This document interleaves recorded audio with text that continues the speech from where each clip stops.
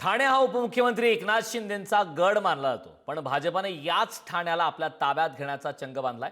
अब की बार 70 पार, महापौर भाजपचाच होणार असा नारा दिलाय। त्यानंतर ठाण्याचा विकास चप्पा चप्पा, सर्वत्र दिसे फक्त आणि फक्त भाजपा अशी घोषणा सुद्धा देण्यात आली।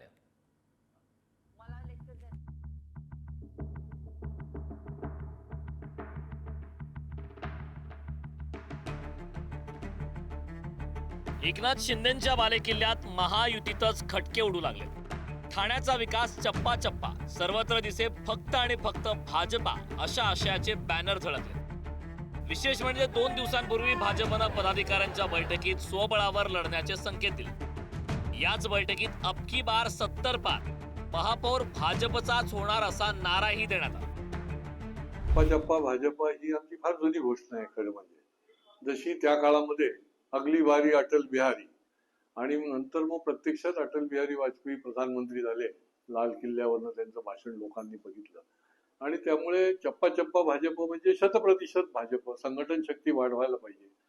गाव खेड्यापर्यंत पाड्यापर्यंत भाजप पोचली पाहिजे, शहरामध्ये गल्ली बोळापर्यंत भारतीय जनता पार्टीचा विचार आणि भारतीय जनता पार्टीचा कार्यकर्ता असला पाहिजे।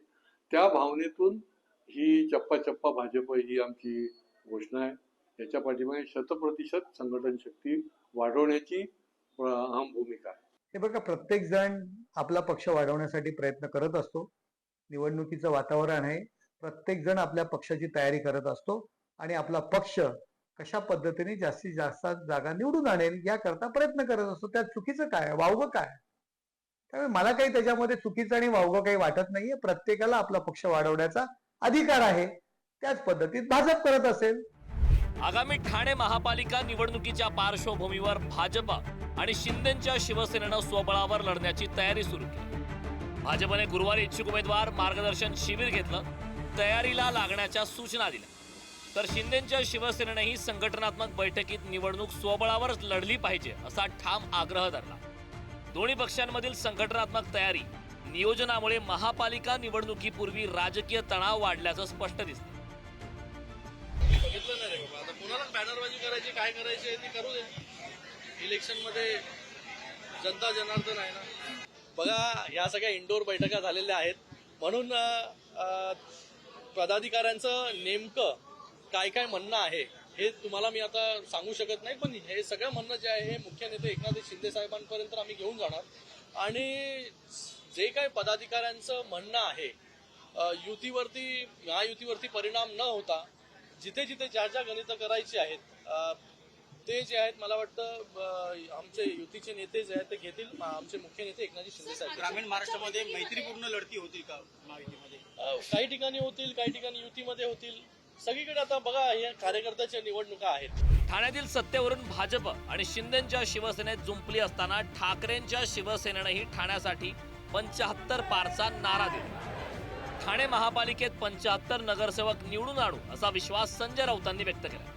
तर मतदानात घोळ झाला नाही तर नक्कीच 75चा आकडा पूर्ण करू असं मनसे नेते अविनाश जाधव यांनी म्हटलं।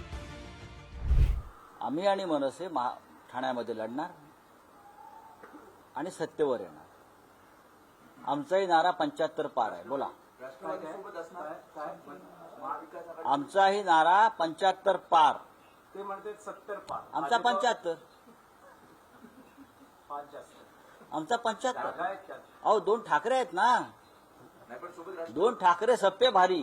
अहो, परवा जो मोर्चा झाला, तुम्हाला जे काही इंटरव्ह्यूज देत होते, कोण कल्याणचे, कोण अंबरनाथचे, कोण शहापूरचे, कोण पालघरचे, कोण विक्रोळीचे, कोण मुलुंडचे, कोण भांडूपचे, असे जेमतेम माणसं अख्ख्या महाराष्ट्रातनं माणसं गोळा करून 500 माणसं मुश्किलने जमू शकले नाही। ते या ठाण्यात 75 निवडून आणण्याच्या गप्पा मारतायत, नुसत्याच काड्या चावतायत।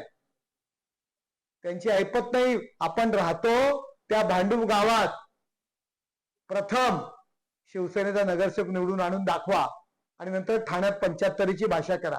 आमची जी काही गणित आहेत, जी मागच्या विधानसभेची गणित आहेत, लोकसभेची गणित आहेत, जर ईव्हीएमचा घोटाळा झाला नाही तर संजय राऊतांनी जो काही 75 के पारचा जो आकडा काढलाय तो शिवसैनिक, महाराष्ट्र सैनिक आणि राष्ट्रवादी शरदचंद्र पवार गटाची आमची टीम असे सगळे मिळून आम्ही तो 75चा आकडा क्रॉस करू. एकीकडे ठाण्यात शिवसेना आणि भाजपात फटाके फुटू लागलेत. दुसरीकडे ठाकरेंची शिवसेना, मनसे आणि शरद पवारांच्या राष्ट्रवादीनं मोठ बांधत शट्टू ठोकले.